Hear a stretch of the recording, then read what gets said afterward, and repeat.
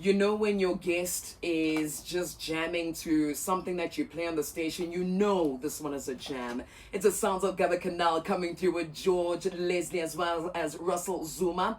Hilanki Zoyami coming through right here on the Mighty Metro. It's hashtag Wake Up on Metro FM. Good morning. Thank you so much. Mozambique, we love you as well. Welcome to the show.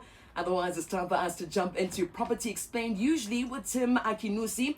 Not in today because this week, on Property Explained, we will be looking at women in property. I love this, and why women are naturally suited to thrive in this assets class, right? We're joined by Mivuyo Balintulo. Now, she has almost 15 years, home loans background in this conversation, lives it, breathes it, and has been instrumental in many successful initiatives over the years. You are absolutely gorgeous, firstly. Thank you so much for dressing the part, especially coming through this early in the morning. Good morning. Good morning.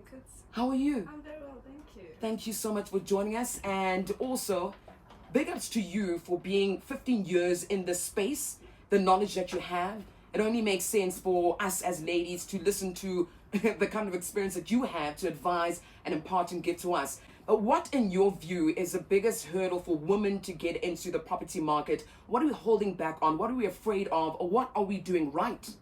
Yeah, so I think that's very personal to me because that's something that I struggle with myself for many years. So I'm speaking from personal experience. I'd say the biggest hurdle for women is fear. Fear of this daunting long-term debt commitment. Fear of being stranded. Should we not be able to afford this property anymore? Fear of what will people say if we fail and we have to go back home. So we end up, we keep thinking that renting is better. We continue renting. We think it's better because it doesn't come with the potential disappointment of losing a house.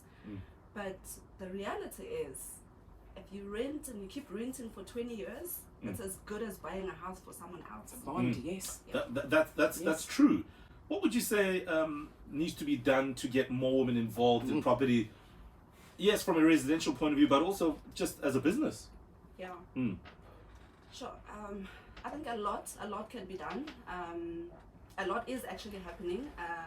According to the Global She Economy Research report for 2022, women are emerging as the leading decision makers when it comes to consumer spending, and real estate is one of their main focuses. So a lot is actually already happening, and also data shows that first-time home buyers are single females. Sure. Wow. And understandably so, because women, like you said earlier, women are actually more suited to being homeowners, and that's because women are bold, women are courageous, we are careful with money, and we avoid unnecessary debts. Yeah. And with the right debts, like property, women are actually inclined to manage their debt obligations and keep to their repayments, because we see property as more than just debt. We see property as an investment. Sure. It is a legacy that we will one day leave for our children and our children's children. And what would you say is an important thing, or two or three, it's up to you, to remember when you're getting into the property space as a woman? Sure, I think being informed, you must be very informed. It's not something that you can just jump into. It requires a lot of preparation. There's a lot that comes into it. There's a lot of aspects. There's insurance. So I think that for me is key, being informed. 100%. Now, I know that you mentioned that a lot of single women are into the space of property, and big ups to every single woman that is listening who has done and made this big decision. But when you say yourself as a woman, you are into property, what are the personal fears that you went into? Because I'm listening to you now, and some of the words are going over my head because I'm still scared. I'm hearing what you're saying, but like, speak to me in terms of the encouragement to be able to not just think of the investment or the property that's there, but beyond that, get over that fear. Women buy it. Women trust it. Yeah. That instinct, right? Yeah. Mivuyo, I wanted to ask you something also with regards to women in business and getting into the property game. You mentioned the positives of women getting that they pay their debts, they're more careful with their money. When it comes to the banking side of things and applying for loans and getting money, are the banks more forthcoming with single women knowing that they are, like you said, more careful with money, they do pay their debts more often, more frequently, and are always on time? Had the banks responded positively in this sense? Absolutely.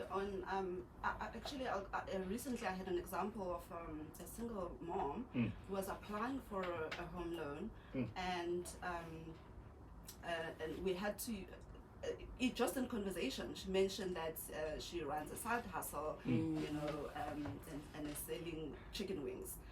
And as you know, you can bring that as a to boost affordability. I see. Yes. Sure. And a lot of people don't even know that. And us being women, how many women out there actually run side hustles? Yes, that's what I'm talking about. Yeah, That weave business can get you brick and mortar. Come on, girl, that It will bring fragrance, you brick and mortar. yes, fragrance business, it will do the things. Yes. So the bank will accept that, even though it might be an informal business. Yes, Sure. we do. As long as wow. we see money coming into your bank statement, Yeah. and there's an expense associated to it, so we can see you buying wings to Yes. sell the wings. Sure. Yeah. That is an income. Wow. It's considered an income. Wow. That is brilliant. Mivuyo, you're an inspiration, I suppose, to many people in your space, but even just now, there are many people listening in, and a lot of women as well, who probably are taken by just your knowledge and what you know about the space. If anybody wants to follow your journey and learn more about property through you, how do we get in touch with you and how do we do this? Sure. So I'm not so big on socials. Because you're too busy making money, that's why. I'm not so big. Get that property. Website maybe? Through me directly, I am on LinkedIn, so you can find me on LinkedIn, and I'm happy to interact there. Other than that, you can phone through work. We've got very capable people in the Nedbank Contact Center. Yeah. Beautiful, lovely. Mivuyo, thank you so much for your time.